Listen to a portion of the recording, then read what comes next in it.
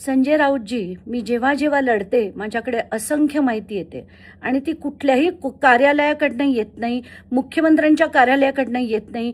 मी Ranchi agent नाही. मी एक वेडी स्त्री आहे की जिला वाटतं देश कुठेतरी बदलावा, घडावा.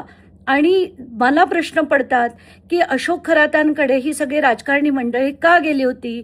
हे सगळे जे फोटो आले, व्हिडिओ आले, त्यात एकनाथ शिंदे दिसले, दीपक केसरकर दिसले, चंद्रकांत पाटील दिसले, जयंत पाटील दिसले, हे सगळेच जण त्यांच्याकडे गेले होते आणि का गेले हा प्रश्न आहे. आता मला जो CDR मिळाला ज्याच्यात मी AI टूल वापरून त्याच्यात जे फोटो होते त्यांची नावं शोधली. त्या शोधल्यानंतर मला एकनाथ शिंदेचे 17 कॉल मिळाले. त्यात मी काय करू, बाहेर नको आणू का, तर तुम्हाला वाटेल की मुख्यमंत्री कार्यालयाकडनं मला मिळाली म्हणून. मला असं वाटतं ना, हे फालतू प्रश्न विचारणं आता तुम्ही बंद करा. प्रश्न हे विचारा की शिंदेनी 17 कॉल कशासाठी केले, 21 मिनिटं ते काय बोलले, हे प्रश्न नाही पडत तुम्हाला. कारण हे सरकार शिंदे चालवतात, अंजली दमानिया नाही. त्यामुळे प्रश्न मी शिंदेना नक्कीच विचारणार आणि त्यात तुम्हाला त्रास व्हायचं काही एक कारण नाही.